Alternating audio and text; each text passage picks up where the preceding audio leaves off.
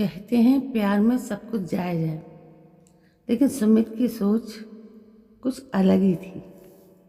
आज सुमित को एक अरसे बाद देखा, वो भी अपने पति की ऑफिस पार्टी में।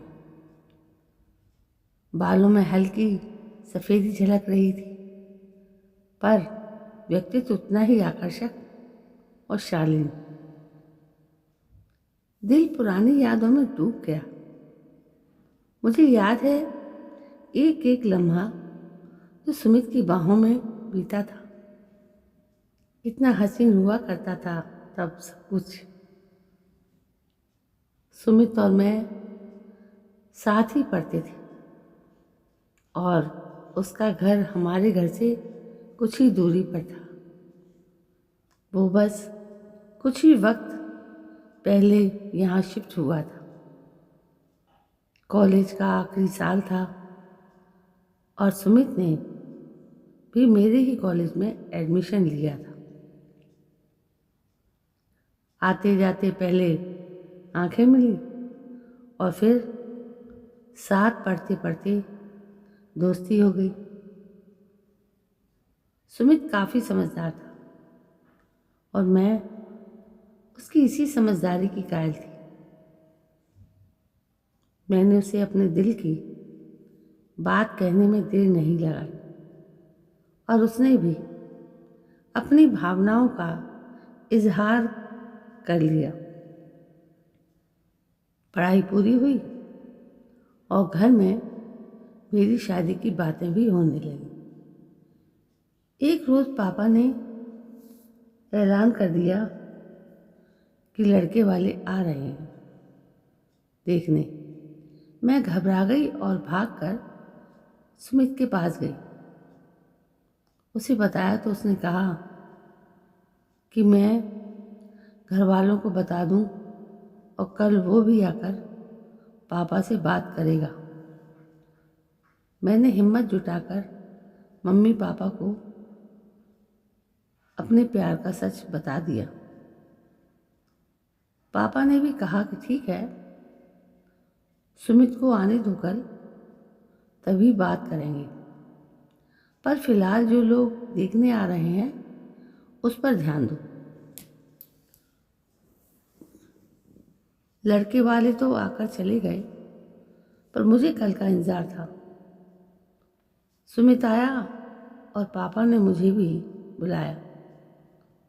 पापा बोले, मुझे लव मैरिज से कोई प्रॉब्लम नहीं है।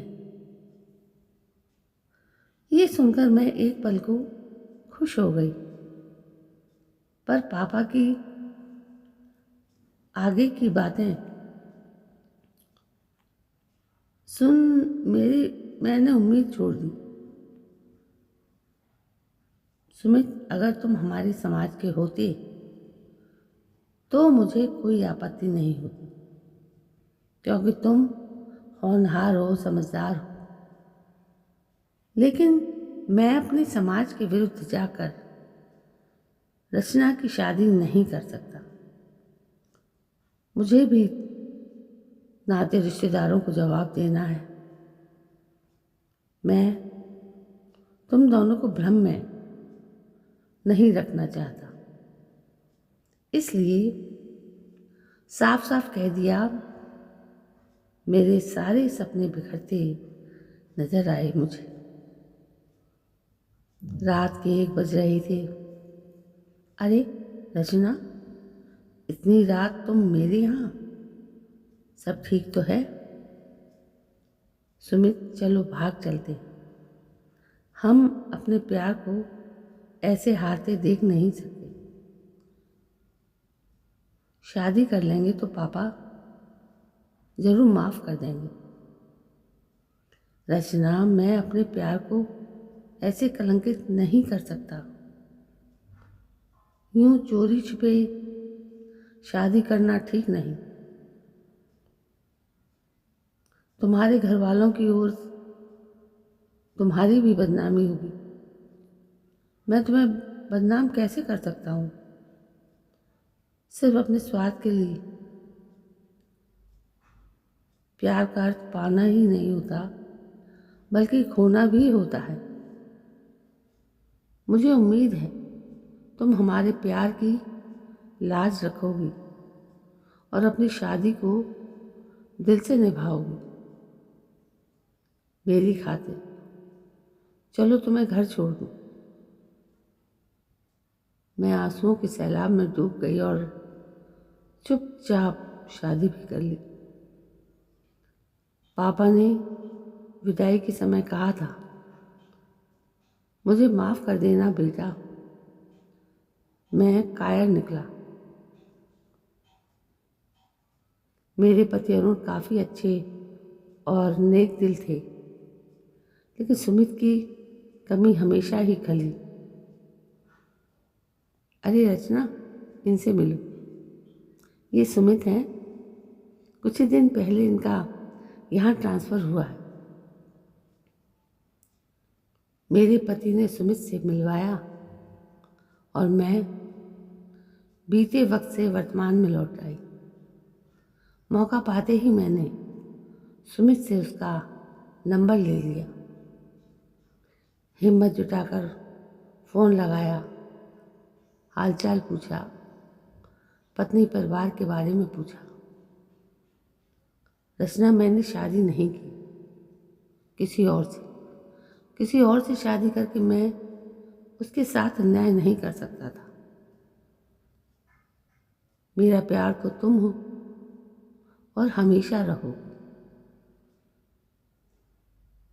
मैं समय निकालकर सुमित के घर जा पहुंची। रचना, तुम्हें इस तरह नहीं आना चाहिए था। किसी को पता चलेगा तो तुम्हारे लिए परेशानी हो जाएगी। मैं खुद को रोक नहीं पाई और अब जब हम एक ही शहर में हैं तो मिल तो सकते ही हैं ना।